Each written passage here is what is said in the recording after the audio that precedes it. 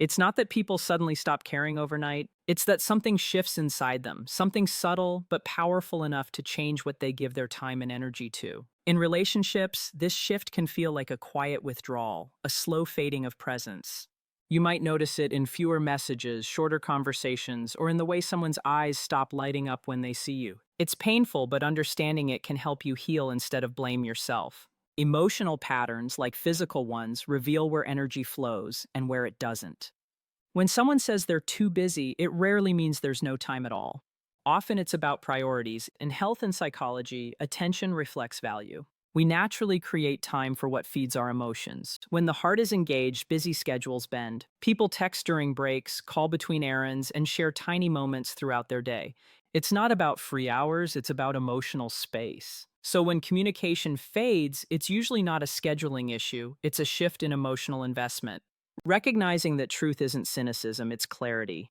In emotional wellness, self-awareness is the foundation of recovery. When someone withdraws, it's tempting to chase, to send more messages, give more reassurance, or make more effort. But that response often deepens imbalance. The more energy you give to someone who's already disconnected, the more your self-worth begins to erode. Emotional overextension is like overtraining a muscle. You exhaust yourself while achieving less each time. The healthiest move isn't to force reconnection, but to redirect your energy inward towards your own balance. Because peace is not found by demanding attention, it's restored by respecting silence.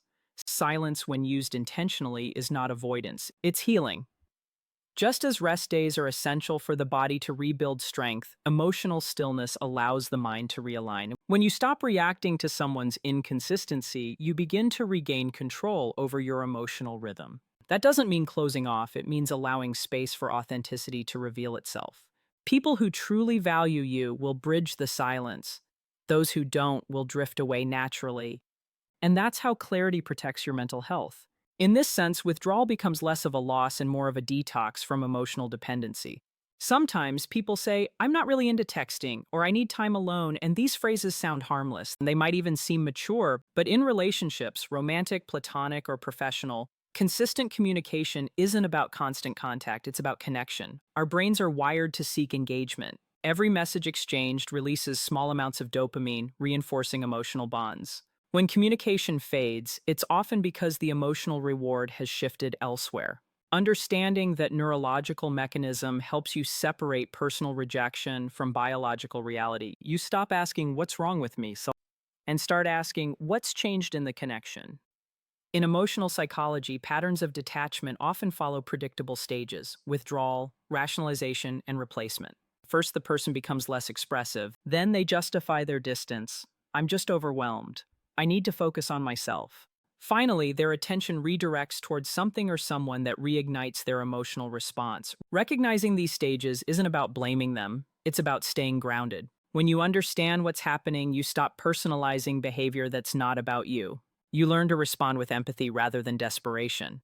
When people claim they need space, it's often a coded way of expressing discomfort or uncertainty. Healthy space is intentional, it's used to process emotions and come back stronger. Unhealthy space is evasive. It's used to avoid confrontation or responsibility. The difference lies in communications. Someone genuinely seeking balance will include you in that process. They'll say, I'm struggling with stress, but I still care about us.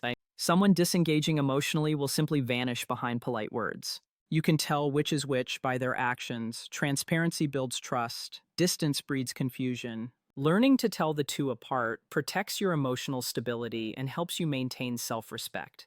Psychologists describe this as emotional boundary awareness, the ability to discern when to lean in and when to let go. Chasing someone who's checked out doesn't bring them back. It only drains your reserves.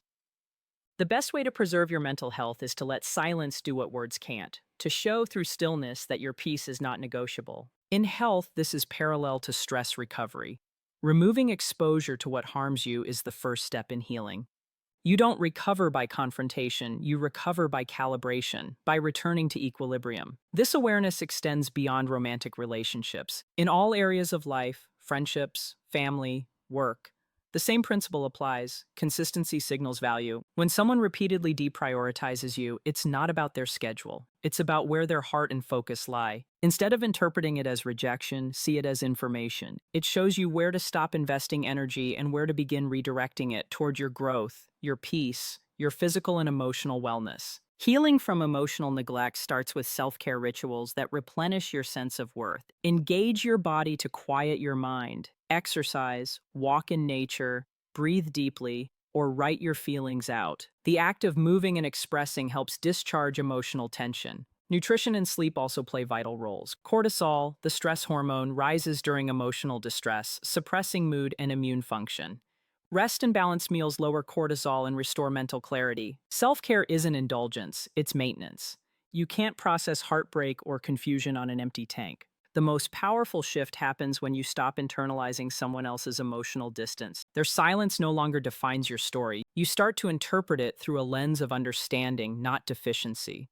They're not responding becomes, I see their priorities clearly. That perspective doesn't harden you, it frees you. It returns control to where it belongs, within yourself. Emotional intelligence isn't about reading others, it's about regulating your own reactions to them. The moment you master that, detachment transforms from pain into peace. Every emotional disconnection starts quietly. It doesn't begin with a fight or a declaration, it begins with distraction. Someone stops showing up with the same attention, the same curiosity. You sense it in the pauses, in the subtle changes of energy. This is not about blame, it's about understanding human behavior. Emotional detachment is a coping mechanism, often unconscious. People distance themselves when they feel uncertain, guilty, or overstimulated. They may tell small untruths, not out of cruelty, but to avoid confrontation with their own discomfort. Recognizing this helps you separate what belongs to you from what doesn't. Their withdrawal isn't your failure, it's their emotional management strategy. The key to emotional resilience is awareness. When you stop personalizing someone's behavior, you start protecting your peace. In clinical psychology, this is called cognitive reframing, shifting your perspective from "they're rejecting me" to "they're revealing themselves." This change in perception reduces emotional distress and prevents cycles of overthinking. Instead of spiraling into why questions that have no clear answers, you redirect that mental energy toward acceptance. Acceptance doesn't mean approval, it means clarity. You acknowledge reality as it is, not as you wish it to be, and that simple shift begins your healing process. Consider the phrase, "my phone died."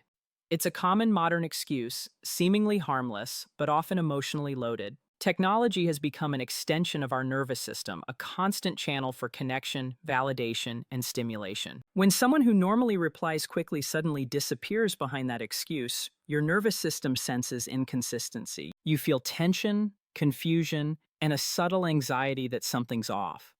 That reaction is not weakness, it's your body detecting emotional risk. Your brain is wired to seek predictable patterns. When patterns break, your survival instincts trigger unease. Understanding this helps you respond rationally instead of react impulsively. To calm those physiological reactions, grounding techniques can be powerful. Breathing deeply through your diaphragm slows your heart rate and signals safety to your nervous system. Physical movement, like stretching, walking, or light exercise, releases stored adrenaline and helps reset emotional equilibrium. Writing down your thoughts instead of sending another text can also redirect emotional intensity into self-reflection. These habits prevent emotional burnout and foster psychological independence. You learn to regulate from within rather than depend on external validation. Over time, this strengthens your self-esteem and restores balance between your emotional and physical health. Modern communication has created an illusion of closeness. We can message instantly, see each other's lives in real time, and yet remain emotionally distant. True connection, however, isn't about frequency, it's about authenticity. When messages lose meaning, when words feel empty, your emotional system picks up on it before your mind can rationalize it. That's why denial often sets in. You want to believe the old story even when the new reality contradicts it. The healthiest approach is to trust your intuition. If your inner peace feels disrupted repeatedly, it's information, not paranoia. The body often knows the truth before the mind accepts it. When someone reappears after silence with a light excuse, remember, consistency is communication. It tells you how much emotional safety exists in the dynamic. People who care about your well-being don't leave you in confusion. They manage expectations, they send a quick note, they acknowledge their absence, they respect the emotional space between you. This small act of empathy has measurable effects on mental health. It lowers stress, builds trust, and prevents miscommunication from turning into emotional exhaustion. Conversely, inconsistent communication breeds anxiety.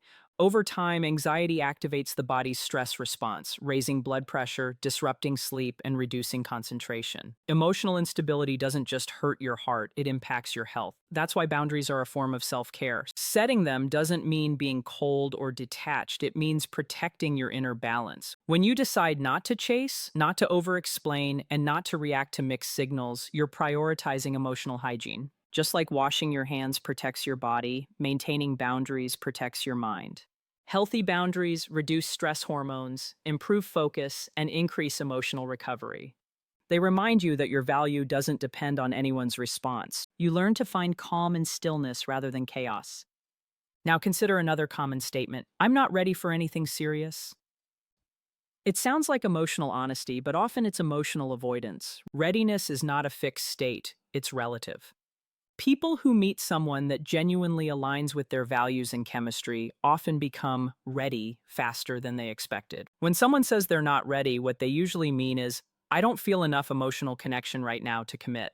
And that's okay. The lesson here isn't to convince them, it's to respect their truth. Emotional maturity means letting others have their timing while protecting your own.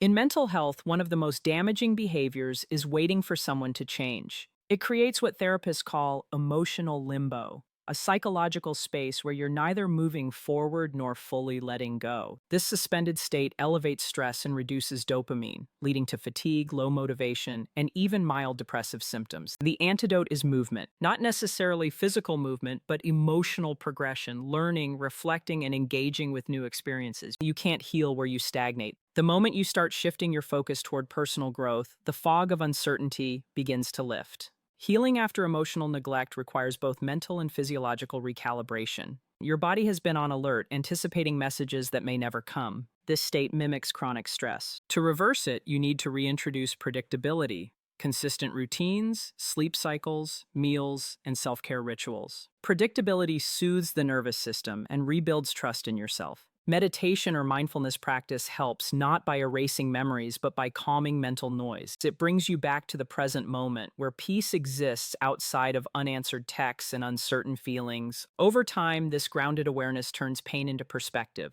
The heart is resilient. It learns through patterns, not words. Once you recognize the signs of fading interest, you begin to develop what psychologists call emotional literacy, the ability to interpret behavior accurately without losing compassion. You stop chasing closure and start embracing clarity. You realize that someone's inconsistency isn't a puzzle to solve, it's a message to understand. And when you understand it, you stop fighting it. That surrender isn't defeat, it's the start of emotional freedom. Emotional recovery begins when you learn to interpret distance as data rather than drama. Every pattern of behavior carries information about where someone's attention, care, and energy truly lie. When you start reading those signals without emotional distortion, you liberate yourself from the endless loop of confusion and overthinking. The human mind craves meaning, and when it doesn't receive clarity, it begins to invent explanations, most of them self-critical. But peace comes from accepting that not everything is a reflection of you. Sometimes people drift because they are searching for themselves, not because they are rejecting you. In psychological health, detachment becomes a lesson in boundaries. You can love deeply while still respecting your own emotional limits. You can care without collapsing. This balance is what therapists call secure self-attachment, the ability to remain grounded in your own worth, even when someone else withdraws affection.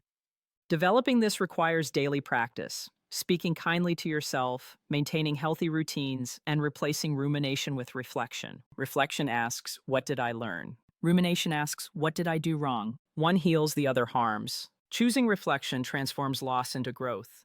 The brain's healing process mirrors physical rehabilitation. When you break a bone, it must be set correctly and left undisturbed to heal. Emotional wounds follow the same principle. Constantly revisiting old messages, replaying conversations, or stalking social media is like reopening the cast before the bone sets. It delays recovery. Your nervous system can't repair when it's in a constant loop of stress and anticipation. Giving yourself emotional rest through quiet mornings, mindfulness, journaling, or supportive conversations restores balance to your neurotransmitters and reduces cortisol, the hormone that fuels anxiety. Forgiveness also plays a crucial role in emotional health, but not in the way many imagine. It isn't about excusing behavior or inviting someone back. It's about releasing resentment from your body. Studies in health psychology show that chronic resentment elevates blood pressure and impairs immune response. When you forgive, you release that biochemical tension. You stop living inside the memory of pain. Forgiveness is an act of self-preservation. It allows you to close emotional wounds so they no longer infect your present. As you move forward, you'll notice how your focus begins to shift. Instead of waiting for messages or signs, you start listening to your own needs. This self-connection is the root of both emotional and physical resilience. When your energy is no longer scattered in worry, you sleep better, digest better, think more clearly. You begin to attract balance rather than chase closure. That's when self-respect starts to feel natural again, not forced. Healing doesn't make you hard, it makes you honest. Honest about what you deserve and what you can no longer tolerate. Patterns of disinterest or inconsistency are not indictments of your value. They are signals guiding you back to self-alignment. Each experience teaches discernment, how to recognize sincerity, how to protect peace, and how to invest only where energy is reciprocated. That discernment strengthens your emotional immune system. Just as the body builds antibodies after illness, the heart builds wisdom after disappointment. You learn to recognize the early symptoms of imbalance. Delayed responses, mixed messages, emotional coldness.